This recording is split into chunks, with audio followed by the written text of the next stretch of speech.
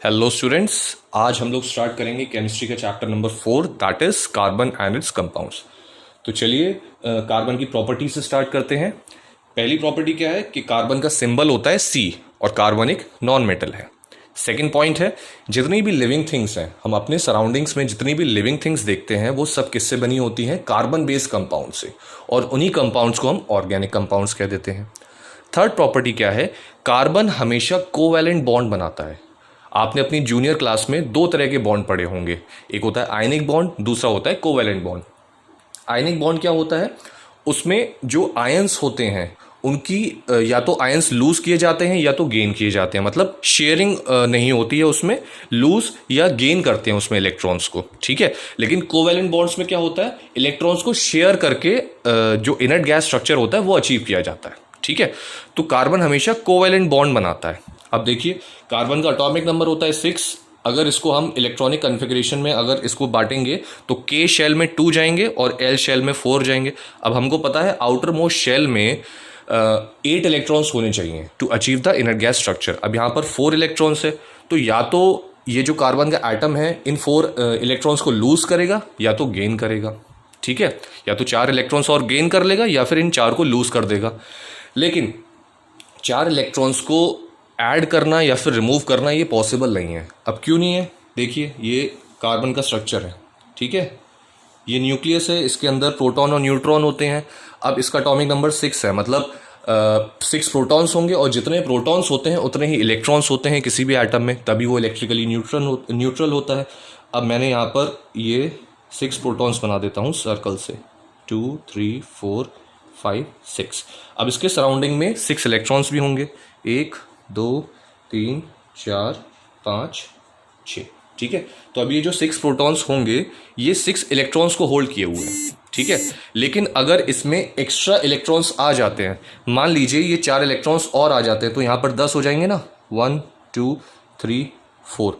तो इन 6 प्रोटॉन्स को इनको होल्ड करना मुश्किल हो जाएगा, ठीक है। तो ये पॉसिबल नहीं होता है कि 4 इलेक्ट्रॉन्स ही ऐड कर ले। वैसे ही जब इलेक्ट्रॉन्स लूज किए जाते हैं, मतलब रिमूव होते हैं, तो उसमें बहुत ज़्यादा एनर्जी लगती है। तो जब पहला इलेक्ट्रॉन लूज होगा तो बहुत एनर्जी लिबरेट होगी, जब दूसरा होगा तो और ज़्यादा होगी, तीसरा होगा तो उससे ज़्यादा होगी, और चौथे इलेक्ट्रॉन को लूज करते करते एटम की हालत ऐसी हो जाएगी कि वो मर ही जाएगा, ठीक है। तो इसके पास जो तीसरा चारा बचता है वो यही बचता है को इलेक्ट्रॉन्स की शेयरिंग कर ले, ठीक है। 4 इलेक्ट्रॉन किसी दूसरे कार्बन एटम के और 4 इलेक्ट्रॉन किसी दूसरे कार्बन एटम के मिलके जो कोवैलेंट बॉन्ड बनाते हैं, ठीक है। मतलब 4 वो अपने दे देता है, 4 वो अपने दे देता है, मिलके 8 हो जाते हैं, ठीक है। शेयरिंग कर लेते हैं इलेक्ट्रॉन्स की, इसी को कोवैलेंट बॉन्ड कहते हैं। तो कार्बन हमेशा एक कोवैलेंट बॉन्ड बनाता है। फोर्थ प्रॉपर्टी क्या है?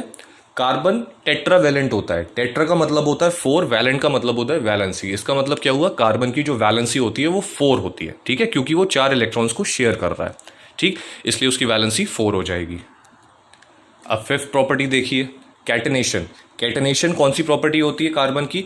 ये ऐसी प्रॉपर्टी होती है जिसमें कार्बन एटम्स आपस में कंबाइन करके बहुत लंबी चेनें बना लेते हैं, इस तरह से, ठीक है। बहुत लंबी लंबी चेनें बना लेते हैं, और इसी प्रॉपर्टी की वजह से, कैटेनेशन प्रॉपर्टी की वजह से, carbon compounds millions trillions of compounds बना लेते हैं, मतलब अनलिमिटेड कंपाउंड्स बना लेते हैं, ठीक है, इसी प्रॉपर्टी की वजह से, self combination property of carbon atoms. ये प्रॉपर्टी जो कार्बन एटम्स में दिखती है कैटेनेशन की, वो और किसी दूसरे कंपाउंड के अंदर नहीं दिखती है। अब कार्बन के अकरेंस के बारे में पढ़ते हैं कि ये नेचर में किस फॉर्म में एग्जिस्ट करता है। पहला अकरेंस कैसा होता है? फ्री स्टेट में, मतलब ये as a free element exist करते हैं अर्थ की क्रस्ट में।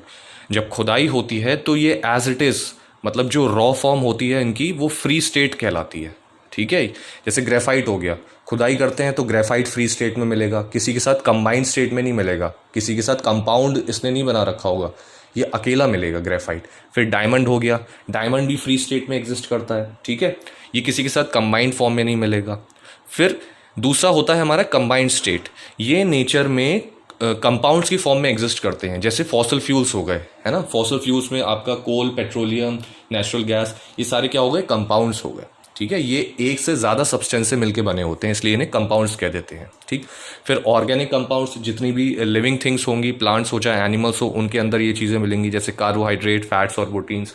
और भी चीज़ें होती हैं जैसे वुड हो गया, कॉटन, वूल, ठीक है, जितनी भी लिविंग चीज़ें हैं उसके अंदर ये कार्बन मिलेगा और ये कंबाइंड स्टेट में आ जाएंगी, ठीक है। जैसे वुड हो गया, इसमें भी कंबाइंड स्टेट में कार्बन मिलेगा, कॉटन एंड वूल। अब एलोट्रोप्स ऑफ कार्बन के बारे में पढ़ते हैं। एलोट्रोप का मतलब क्या हो गया? फॉर्म, किसी भी चीज़ की फॉर्म। कार्बन की फॉर्म्स के बारे में पढ़ते हैं कि कार्बन और किन किन फॉर्म्स में एग्जिस्ट करता है नेचर में। फर्स्ट पढ़ते हैं ग्रेफाइट के बारे में। सबसे पहले ग्रेफाइट की प्रॉपर्टीज डिस्कस कर लेते हैं। पहली प्रॉपर्टी क्या है? ग्रेफाइट को अगर हम टच करेंगे तो वो एक सॉफ्ट सब्सटेंस होता है, ठीक है, और स्लिपरी होता है टच करने में। दूसरी सबसे इसकी इंपॉर्टेंट प्रॉपर्टी क्या हो गई? ग्रेफाइट एक नॉन मेटल होते हुए भी इलेक्ट्रिसिटी को कंडक्ट करता है, ठीक है। अब इलेक्ट्रिसिटी को कंडक्ट कैसे करता है वो हम इसके स्ट्रक्चर देखेंगे तब समझ में आएगा, ठीक है। थर्ड प्रॉपर्टी क्या है? जब हम ग्रेफाइट को जलाएंगे, बर्न करेंगे तो ये CO2 गैस देगा, ठीक है, क्योंकि ये ग्रेफाइट क्या है? कार्बन की फॉर्म है, इसलिए CO2 गैस निकल रही है। CO2 में भी तो क्या है? कार्बन है ना, कार्बन डाइऑक्साइड गैस कहते हैं ना, तो उसके अंदर कार्बन भी होता है, ठीक है। ये भी कंबाइंड स्टेट में एग्जिस्ट करती है नेचर में, ठीक है, कार्बन डाइऑक्साइड गैस। तो जब हम ग्रेफाइट को बर्न करेंगे तो उसमें केवल CO2 गैस निकलेगी। और कैसे टेस्ट कर सकते हैं CO2 गैस होगी? लाइम वाटर के थ्रू अगर उस गैस को पास कराएंगे तो जो लाइम वाटर होगा वो मिल्की इन कलर होगा।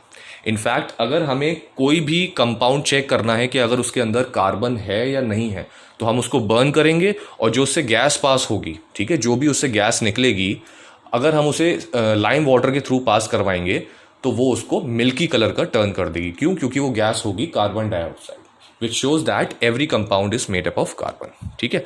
अब इसका स्ट्रक्चर डिस्कस करते हैं। जो ग्रेफाइट का स्ट्रक्चर होता है वो शीट लाइक स्ट्रक्चर होता है, ठीक है, पतला सा स्ट्रक्चर शीट की तरह होता है। अब इसमें हर एक कार्बन एटम दूसरे 3 कार्बन एटम से लिंक होता है, ठीक है। अब इसी स्ट्रक्चर की वजह से ये एक अच्छा कंडक्टर बन जाता है इलेक्ट्रिसिटी का। क्यों? अब मैंने बताया उसमें हर एक carbon atom 3 other carbon atom से लिंक होता है। इसका मतलब क्या हुआ? केवल 3 वैलेंस इलेक्ट्रॉन्स यूज हो रहे हैं किसी भी कार्बन एटम के, ठीक है, और हमें पता है आउटर मोस्ट शेल में 4 इलेक्ट्रॉन्स होते हैं, लेकिन यूज हो रहे हैं लिंक में केवल 3। तो एक जो वैलेंस इलेक्ट्रॉन होता है वो फ्री रहता है, जिसकी वजह से वो फ्री इलेक्ट्रॉन इलेक्ट्रिसिटी कंडक्ट करा सकता है, ठीक है। अब जरा इसका स्ट्रक्चर समझ लेते हैं। देखिए, एक इलेक्ट्रॉन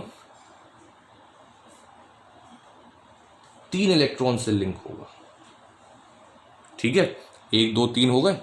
वैसे ये भी 3 इलेक्ट्रॉन से लिंक होगा,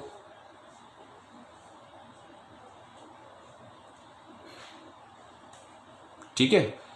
पूरा स्ट्रक्चर तो नहीं बना रहा हूं, लेकिन मैं 2 3 से एक्सप्लेन कर दूंगा। देखिए, ये एक इलेक्ट्रॉन है, ये 1 2 3 से लिंक है। ये एक इलेक्ट्रॉन है, ये 1 2 3 से लिंक है। अब इसको ले लीजिए, ये एक इलेक्ट्रॉन है, ये 1 2 और 3 से लिंक है। इसी तरह का ये स्ट्रक्चर फॉर्म कर लेते हैं, शीट लाइक स्ट्रक्चर,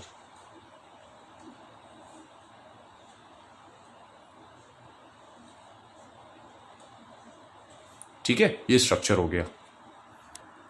अब ग्रेफाइट के यूजेस के बारे में पढ़ लेते हैं। पहला यूज क्या है?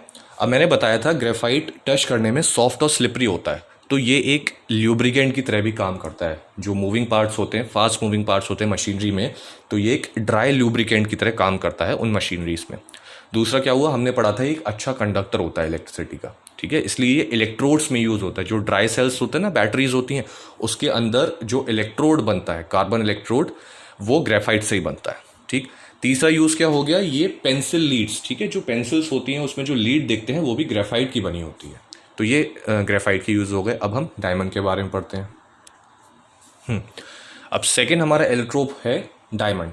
डायमंड क्या होता है? सबने देखा होगा, एक कलरलेस ट्रांसपेरेंट सब्सटेंस होता है जिसमें बहुत ही ज़्यादा ब्रिलियंस होती है। ब्रिलियंस का मतलब चमक, बहुत चमकदार होता है ये। एक्सट्रीमली हार्ड, ठीक है, अभी तक का जो सबसे हार्डेस्ट सब्सटेंस है वो डायमंड ही है, ठीक है। ये मेटल से भी ज़्यादा हार्ड होता है, नॉन मेटल होते हुए भी ये एक ऐसा नॉन मेटल है जो मेटल से भी हार्ड होता है। अगर आप इसके ऊपर हथौड़ा मारेंगे, हथौड़ा टूट जाएगा, लेकिन डायमंड नहीं टूटने वाला, ओके। इसको जब बर्न करते हैं तो CO2 गैस प्रोड्यूस होती है, विच शोज दैट कि ये भी पूरा किससे बना हुआ है? कार्बन से बना हुआ है, ठीक। ये इलेक्ट्रिसिटी कंडक्ट नहीं करता है ना। क्यों इसमें इलेक्ट्रिसिटी कंडक्ट क्यों नहीं करता? क्योंकि इसमें कोई फ्री इलेक्ट्रॉन नहीं होता है। अब इसकी स्ट्रक्चर की बात करते हैं। हर एक कार्बन एटम अगले 4 दूसरे कार्बन एटम से लिंक होता है, ठीक है। एक कार्बन एटम अगले 4 कार्बन एटम से लिंक होगा। इस तरह का इसका कुछ स्ट्रक्चर होता है। ये कार्बन आइटम है और ये देखिए ये कार्बन 1 2 फिर ये 3 और ये इस तरह से 4, ठीक है। फिर ये कार्बन आइटम भी इसी तरह से 4 से लिंक होंगे, ठीक है। ये 1 2 3 फिर 4, ठीक है। इसी तरह से ये टेट्राहेड्रन का स्ट्रक्चर बना लेते हैं, ठीक है। एज इट इज जो बुक में स्ट्रक्चर दिया है आपको जरूरी नहीं है उसी तरह से बनाना है, थोड़ा सा डिफरेंट भी हो सकता है। बस आपको ये ध्यान रखना है कि अगर आपने ये लिख दिया है कि हर एक कार्बन आइटम अगले 4 कार्बन आइटम से लिंक होता है तो आप बेफिक्र हो जाइए, स्ट्रक्चर आप इस तरह का बना देंगे तो भी आपके मार्क्स नहीं कटने वाले हैं।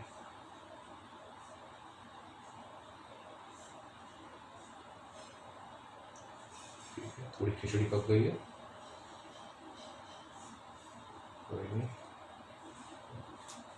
हाँ। तो कुछ इसी तरह का स्ट्रक्चर होता है डायमंड का। अब डायमंड की यूजेस देखिए। पहला यूज़ क्या है, ये कटिंग इंस्ट्रूमेंट्स में यूज़ होता है, जैसे कि ग्लास कटर्स हो गए, मार्बल कटर्स हो गए, रॉक ड्रिलिंग इक्विपमेंट हो गए, है ना। इससे शीशा काटा जाता है, मार्बल काटा जाता है, इवन जो पत्थर होते हैं पहाड़ वहाड़ में जो ड्रिलिंग की जाती है वो भी डायमंड के इक्विपमेंट से बना होता है, ठीक है। इतना कीमती सब्सटेंस देखिए कहाँ कहाँ यूज़ हो रहा है। दूसरा, ठीक है, जो मोस्ट कॉमन यूज़ है इसका क्या, ये ज्वेलरी बनाने में यूज़ होता है, ठीक। तीसरा यूज़ क्या हो गया, जो आंखों में कैटरैक्ट हो जाता है, ठीक है, मोतियाबिंद जिसे कहते हैं, उसको भी जो उसकी सर्जरी होती है उसमें जो इक्विपमेंट यूज़ होता है उसमें बहुत ही शार्प एज के डायमंड्स यूज़ होते हैं, ठीक है, ताकि चीरा लगा के उसको रिमूव करा जा सके। तो ये डायमंड के यूज़ हो गए। अगला जो हमारा एलोट्रोप है वो है बकमिंस्टर फुलरीन। नेक्स्ट एलोट्रोप है हमारा बकमिंस्टर फुलरीन जो रिसेंटली डिस्कवर हुआ है। अब इसके अंदर 60 कार्बन आइटम्स होते हैं, ठीक है। ये एक छोटा सा मॉलिक्यूल होता है जिसके अंदर fixed number of carbon atoms, that is 60 carbon atoms मिलेंगे हमें। इसका जो शेप होगा स्फेरिकल शेप का होगा, फुटबॉल की तरह स्ट्रक्चर होगा, और इसके अंदर 20 हेक्सागन्स मतलब 6 कार्बन आइटम्स आपस में लिंक होंगे, और 12 पेंटागन्स मतलब 5 कार्बन आइटम्स आपस में लिंक होंगे, उसके 12 स्ट्रक्चर होंगे, और जिसमें 6 कार्बन आइटम्स आपस में लिंक होंगे उसके 20 स्ट्रक्चर्स होंगे, ठीक है। हेक्सागन इस तरह का होता है जिसकी 6 साइड्स होते हैं, 1 2 3 4 5 6। तो कितने कार्बन आइटम्स हो गए, 1 2 3 4 5 6, ठीक है। तो ऐसे 20 हेक्सागन मिलेंगे, और पेंटागन में 5 साइड्स होती हैं, 1 2 3 4 5। तो कितने कार्बन आइटम्स हो गए, 1 2 3 4 5। तो इस तरह के 12 रिंग्स मिलेंगी इस क्लस्टर के अंदर। अब ये बकमिंस्टर फुलरीन जो ग्रेफाइट और डायमंड है उससे डिफरेंट कैसे है, देखिए इसमें मैंने बताया केवल 60 कार्बन आइटम्स की चेन होती है जो कि स्फेरिकल शेप में अरेंज होंगे, लेकिन जो ग्रेफाइट और डायमंड होते हैं उसमें एक कार्बन आइटम, जैसे ग्रेफाइट है उसमें एक कार्बन आइटम 3 कार्बन आइटम से लिंक होगा, ठीक है, लेकिन इसमें कोई फिक्स क्वांटिटी नहीं है कार्बन आइटम्स की, ये अनलिमिटेड हो सकते हैं, है ना, ये अनएंडिंग चेन है। वैसे ही डायमंड में मैंने बताया कि एक कार्बन आइटम 4 दूसरे कार्बन आइटम से लिंक होगा, लेकिन ये भी एक अनएंडिंग चेन है, इसमें हमें नहीं पता कि कितने कार्बन आइटम्स हैं, ठीक है, कितने भी हो सकते हैं, लेकिन यहाँ पर जो कार्बन आइटम्स का नंबर है वो फिक्स रहेगा, हमेशा 60 रहेगा, ओके। और इसे भी जब बर्न करेंगे तो ये क्या रिलीज करेगा, CO2 gas, it burns to give CO2 gas. इसका मतलब क्या है कि प्योरली कार्बन से बना हुआ है। अब नेक्स्ट टॉपिक है हमारा ऑर्गेनिक कंपाउंड्स। ऑर्गेनिक कंपाउंड्स क्या होते हैं, ऐसे कंपाउंड्स जो कार्बन से बने होते हैं उन्हें हम ऑर्गेनिक कंपाउंड्स कह देते हैं। अब जितने भी ऑर्गेनिक कंपाउंड्स हैं यूजुअली उनके पास हाइड्रोजन और ऑक्सीजन दोनों होते हैं, ठीक है, ज़्यादातर जितने भी ऑर्गेनिक कंपाउंड्स हैं तो उन्हें हम हाइड्रोकार्बन्स भी कह देते हैं, ठीक है। तो ऑर्गेनिक कंपाउंड्स को हम हाइड्रोकार्बन्स भी कह देते हैं, ठीक। तीसरी प्रॉपर्टी क्या हो गई, उनका जो मेल्टिंग पॉइंट और बॉइलिंग पॉइंट होता है वो काफ़ी लो होता है, ठीक है। अब स्टार्टिंग में मैंने बताया था जितने भी ऑर्गेनिक कंपाउंड्स होते हैं वो एक्चुअली में एक लिविंग थिंग्स ही होते हैं, ठीक है, प्लांट्स और एनिमल्स, ठीक है। जितने भी हम लोग हो गए हमारे अंदर भी क्या है, कार्बन कंटेंट प्रेजेंट होता है, कार्बन एलिमेंट प्रेजेंट होता है, तो हम भी क्या हो गए, ऑर्गेनिक कंपाउंड हो गए, ठीक है। और मैंने फॉसिल फ्यूल्स डिस्कस करे थे, फॉसिल फ्यूल्स भी क्या होते हैं, ऑर्गेनिक कंपाउंड्स होते हैं, ठीक। और अगर मैं एटमॉस्फेयर की बात करूँ, कार्बन डाइऑक्साइड गैस हो गई, कार्बन मोनोऑक्साइड गैस हो गई, ये ऑर्गेनिक कंपाउंड्स हो गए। फिर कुछ कार्बोनेट्स होते हैं जैसे लाइमस्टोन, मार्बल वगैरह, इसमें भी कार्बन कंटेंट प्रेजेंट होता है, तो ये भी ऑर्गेनिक कंपाउंड्स हो गए। ठीक है, तो ऑर्गेनिक कंपाउंड्स वो कंपाउंड्स हो गए जो कि कार्बन से मिलके बने होंगे। ठीक, अब एक क्वेश्चन डिस्कस करते हैं जो कि बहुत टाइम पूछा जा चुका है, बहुत बार पूछा जा चुका है। What is the reason for the large number of organic compounds. अब स्टार्टिंग मैंने बताया था जितने ऑर्गेनिक कंपाउंड्स होते हैं वो किससे बनते हैं, कार्बन से बनते हैं, और कार्बन आपस में मिलके एक चेन बनाता है जिससे अनलिमिटेड नंबर ऑफ कंपाउंड्स बन जाते हैं। ठीक है, तो वही क्वेश्चन पूछा गया है कि क्या रीज़न है भाई कि इतने ज़्यादा ऑर्गेनिक कंपाउंड्स एग्जिस्ट करते हैं नेचर में। सबसे पहला रीज़न क्या हो जाएगा, कैटनेशन। ठीक है, स्टार्टिंग में ही डिस्कस किया था। कैटनेशन क्या प्रॉपर्टी होती है, कार्बन की सेल्फ कॉम्बिनेशन, जो आपस में कंबाइन होने की प्रॉपर्टी होती है कार्बन एटम्स की, उसको कैटनेशन कहते हैं। इसी प्रॉपर्टी से वो बहुत ही large number of organic compounds form कर सकते हैं। अब ये बहुत लंबी लंबी चेनें बना लेते हैं। अब चेन भी एक टाइप की नहीं होती है, 3 टाइप की होती है। पहली होती है स्ट्रेट चेन। ठीक है, मतलब कार्बन आपस में लिंक होके एक स्ट्रेट चेन बनाएंगे इस तरह से, सी सी सी सी सी। ठीक है, इस तरह से स्ट्रेट चेन बना सकते हैं। फिर दूसरी होती है ब्रांच चेन। ठीक है, अब मान लीजिए इधर 5 कार्बन एटम्स आपस में लिंक हैं, लेकिन ब्रांच चेन कैसी होगी, मान लीजिए ये लास्ट वाला कार्बन एटम मैंने हटा दिया और इसको यहाँ पर लगा दिया। Number of carbon atom same है लेकिन कंपाउंड हमारा चेंज हो जाएगा। ठीक है, तो इसे ब्रांच चेन कह देते हैं। अब इन्हीं कार्बन एटम्स को अगर मैं रिंग फॉर्म में अगर अरेंज कर दूं इस तरह से,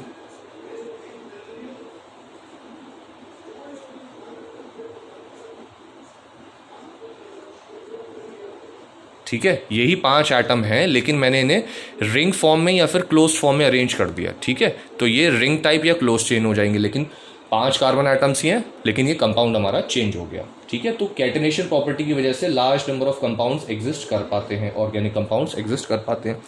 दूसरी प्रॉपर्टी क्या हुई, टेट्रावैलेंसी, मतलब जो कार्बन की वैलेंसी होती है 4। ठीक है, इसकी वजह से कार्बन कोवैलेंट्स बॉन्ड बना सकता है बहुत ही ज़्यादा कार्बन एटम्स के साथ, एज वेल एज दूसरे एटम्स के साथ भी ये बॉन्ड्स बना सकता है, जैसे हाइड्रोजन हो गया, ऑक्सीजन हो गया, नाइट्रोजन, सल्फर, क्लोरीन, इन सब के साथ भी ये बॉन्डिंग कर सकता है। ठीक है, आई होप इतना आप सबको क्लियर हो गया होगा। अब नेक्स्ट क्लास में इसके फर्दर आगे बढ़ेंगे हम। ठीक है, okay, thank you very much.